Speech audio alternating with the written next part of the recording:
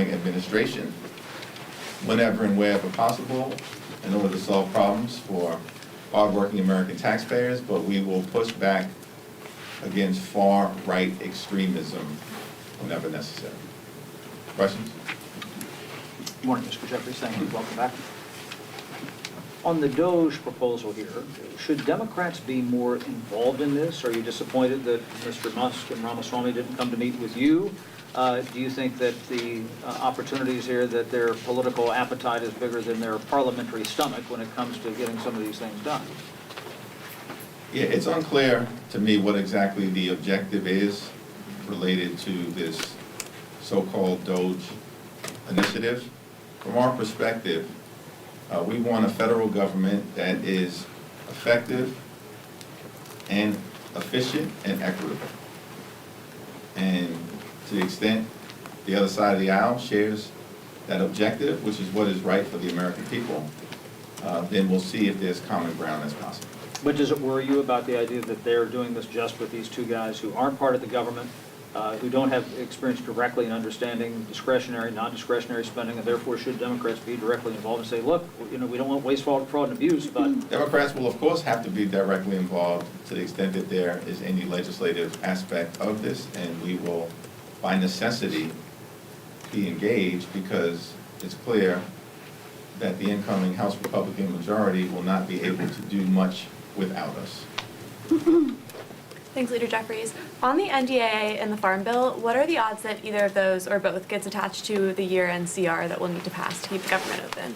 Well, with respect to the National Defense Authorization Act, we're proceeding on a track where we hope to be able to bring it forward in a bipartisan way as a standalone. It remains to be seen what the process will be in connection with the Farm Bill. Thanks, Leader Jeffries. This past couple weeks, we've seen Raul Grijalva drop his bid for natural resources, Jerry Nadler drop his bid for judiciary, and David Scott is facing two challengers for agriculture. What is your reflection on this increasing trend of members challenging seniority of ranking members?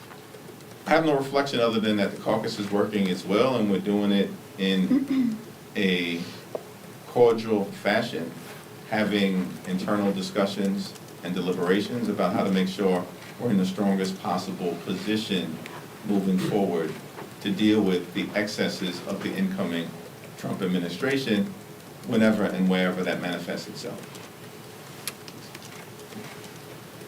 Got it. What do you make of these reports, the prospects of possible pardons for House Democratic Caucus members who may have been on the January 6th Select Committee or who've just been critical of Donald Trump? Yeah, there hasn't been we've had no communication with the White House as it relates to potential pardons with respect to any sitting members of Congress or former members of Congress.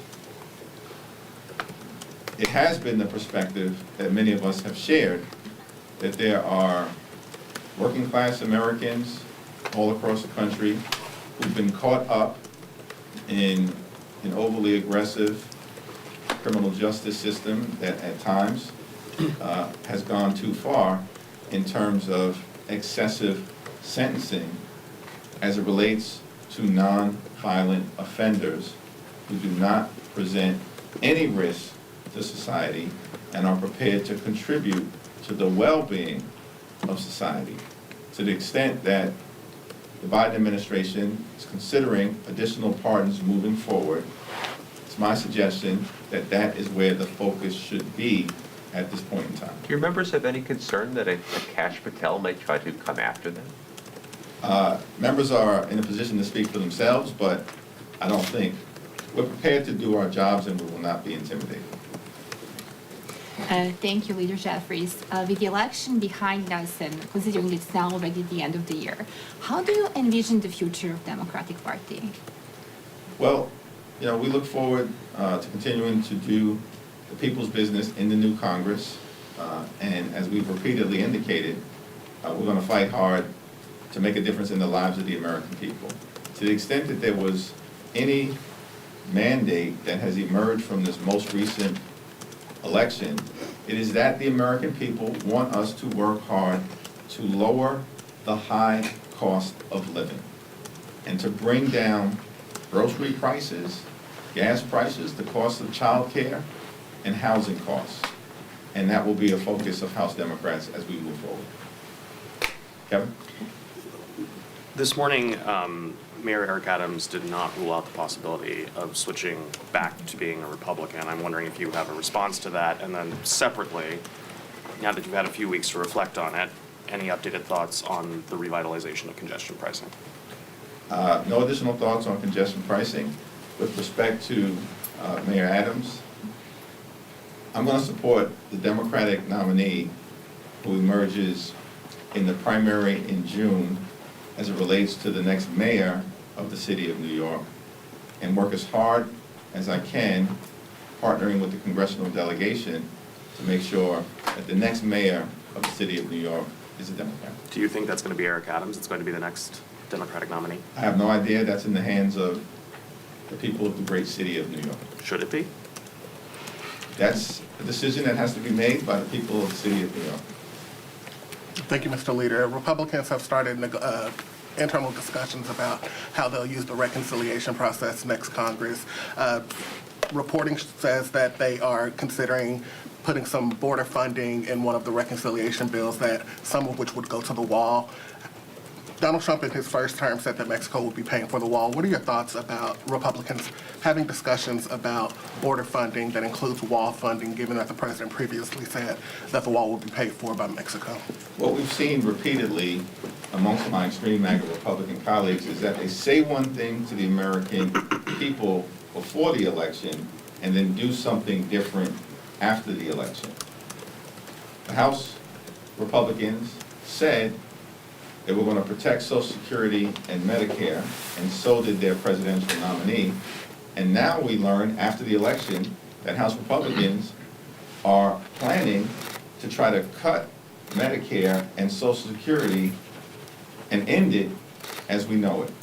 House Republicans said before the election that they were focused on improving the quality of life of working class Americans.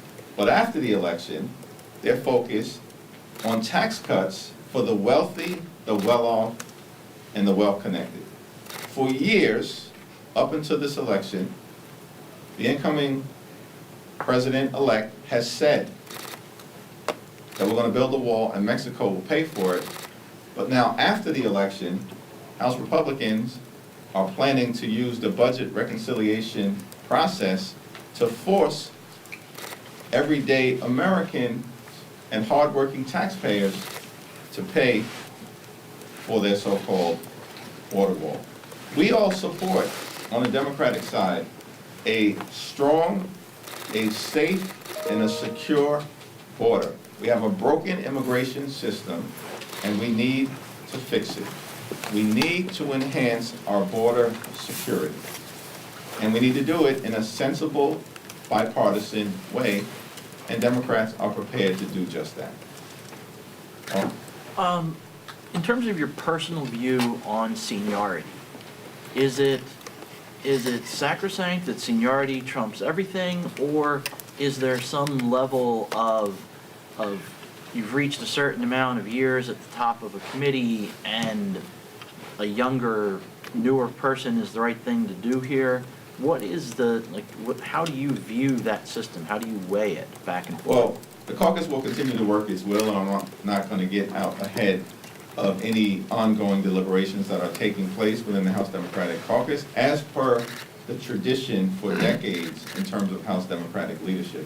We have enormous talent spread throughout the caucus, and that talent, of course, includes both more seasoned members who bring great experience to the congressional arena, as well as newer members who've got a lot of energy and capacity and ability, and we welcome their entry onto the playing field.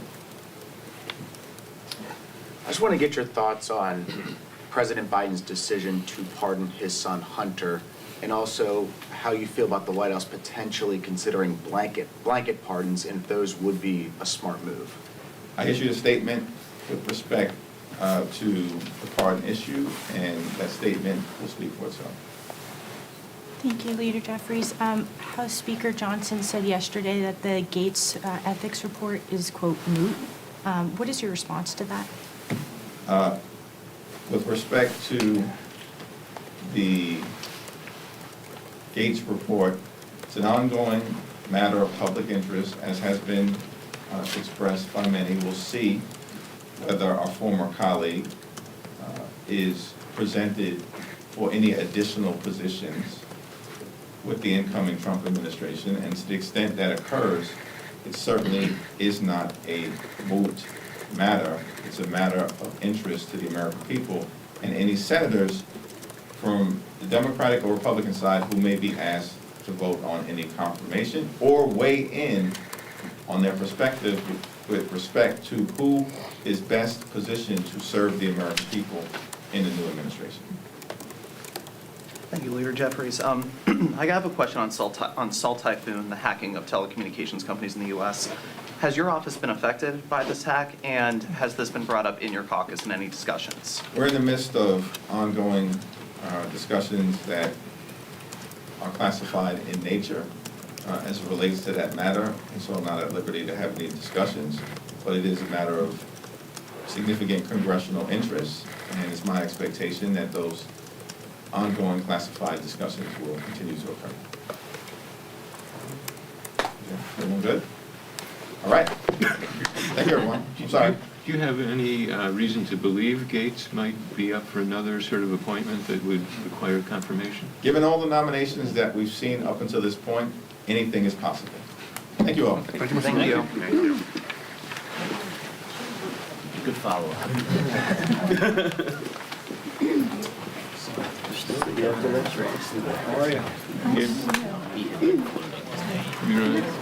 Even last fall?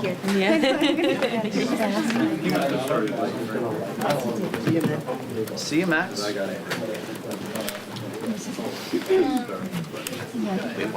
right. It got buried this week. It just got buried.